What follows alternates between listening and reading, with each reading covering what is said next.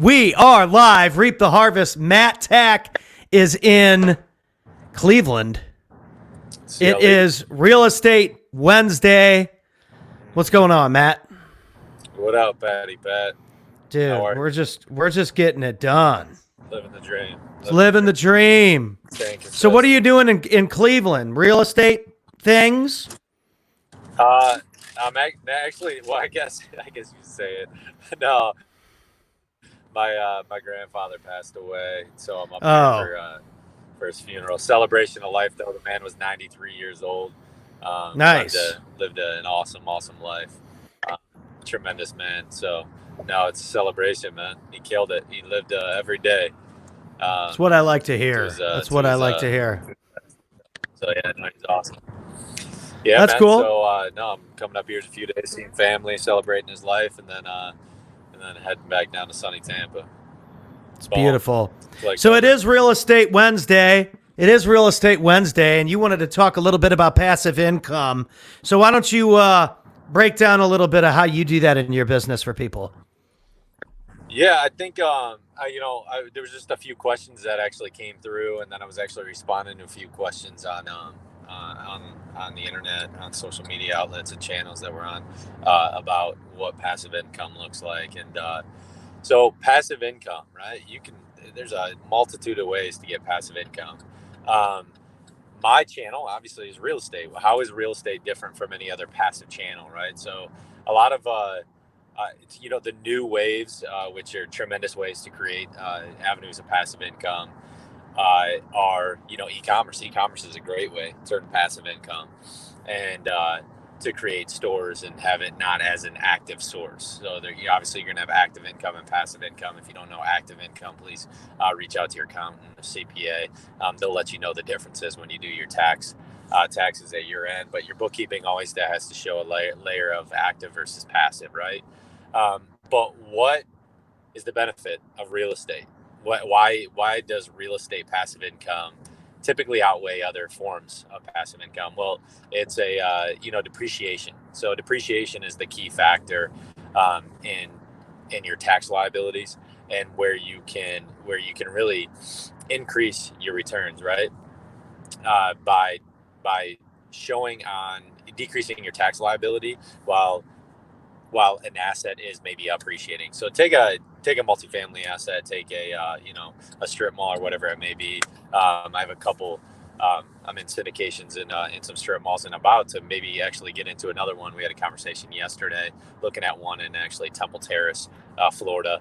It's a really good one with a lot of really solid anchor tenants and some good modified gross lease structure, which I don't love. I like the triple net, but modified gross lease structure in this one, and getting pretty solid returns. But how do we stay on the passive approach? What does passive look like?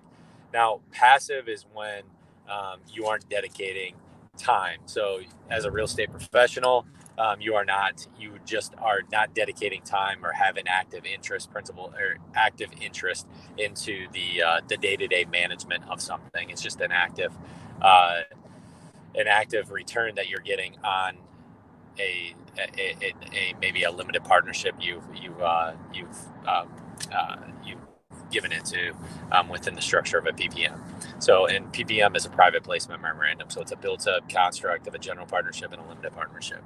But digging into passive income in a little bit more detail. So in a limited partnership role, right? Let's say I designate $100,000 into that, and I'm getting a 10% return. So that would be like 10% return on an annual basis. We're getting roughly around $10,000, right? About $1,000 a month. We pay out quarterly returns.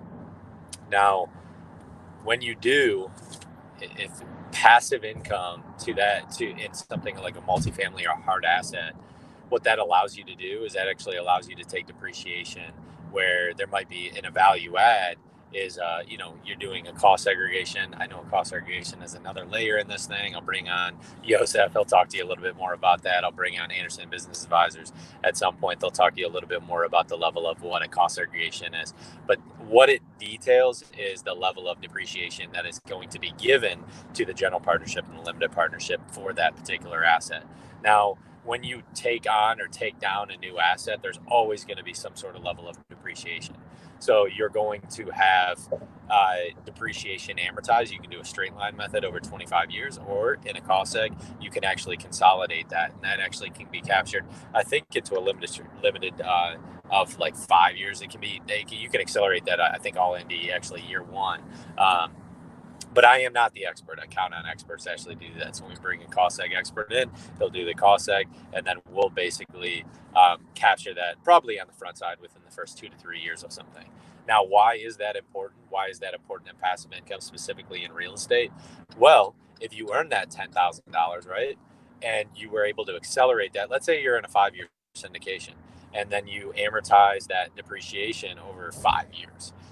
But let's say you're able to recapture almost $500,000 in depreciation. Your depreciation that you're able to take, so let's say you're getting back $10,000 a year on a per annum basis. The hold's going to be 5 years, so the recapture is going to be, or the not the recapture, but your interest payment is going to be paid out $10,000 a year. So over 5 years, you'd make $50,000. Let's say at the exit of that $100,000, you get an additional $50,000 at the exit, right? So you're making in total two times multiplier on your money. You're putting in $100,000 in principal, you get that $100,000 principal back. You're making $100,000 in your money. You're making $200,000. You at exit, right? You have to pay capital gains on that all. So like in tax, your tax liability goes up. So you have to actually increase that $10,000 of maybe passive income you're getting a year. That means your tax liability is going up, right? Your gross of what you're making is going up $10,000. So you're making an extra. Let's say you make $100,000 on your W-2. You're making $110,000. It has to come back to you. That's what your LLC is showing.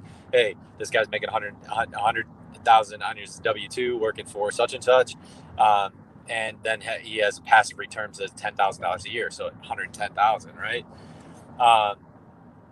Now, the beauty about depreciation and a hard asset is you're able to reduce. So let's say in that given year, I'm going to straight line it over actually 5 years. Let's say you were able to take $100,000 in depreciation over 5 years, right? That's $20,000 a year you're able to take in depreciation. The whole thing was $500,000. Let's say the cost segregation they did analysis was $500,000. But that $500,000 goes to the entire limited partnership, or limited to general partnership, the entire partnership, where they're able to take their K1s and actually depreciate a certain amount on it. So let's say you're given then as a limited partner through passive income, you're given $20,000 a year in pass-through depreciation. What I do is I take that year one. I said I made $10,000. I'm able to reduce $20,000. So that gives me what?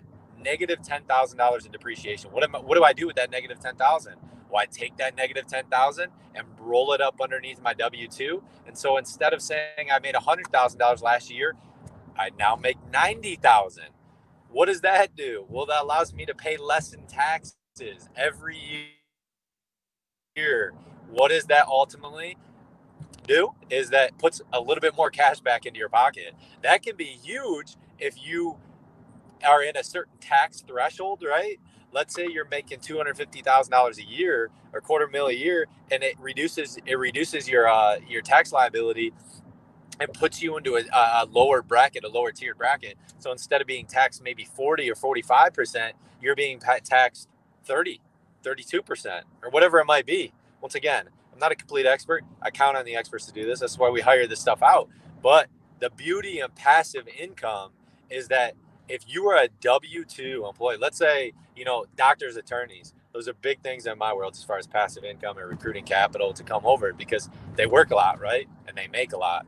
So what do you do in that instance? What do you do when you're making too much active income? You're increasing your tax liabilities, right? Your tax brackets keep going up. Well, how do I redistribute that wealth and reduce my tax liability while putting more cash back into my pocket? That is specifically through real estate. So real estate is going to give you the most passive income that allows you to depreciate that and reduce your tax liability. But we're talking today about passive income in general. So to generalize it, why is real estate the best source for that? Well, it's depreciation. 100%. It's going to be absolutely.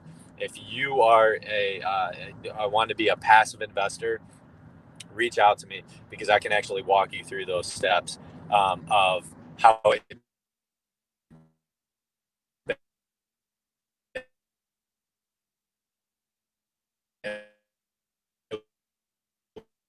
would benefit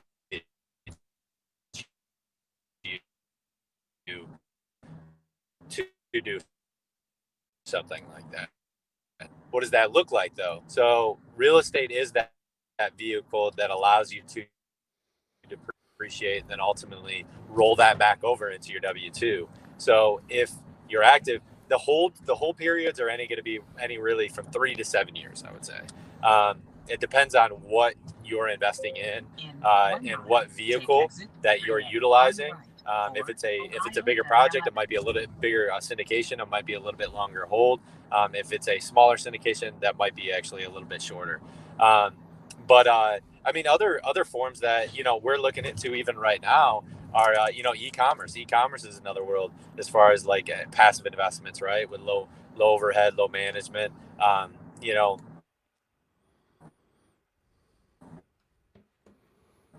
Matty Matt's got a little rough connection there on the mobile phone in the middle of Cleveland. Those are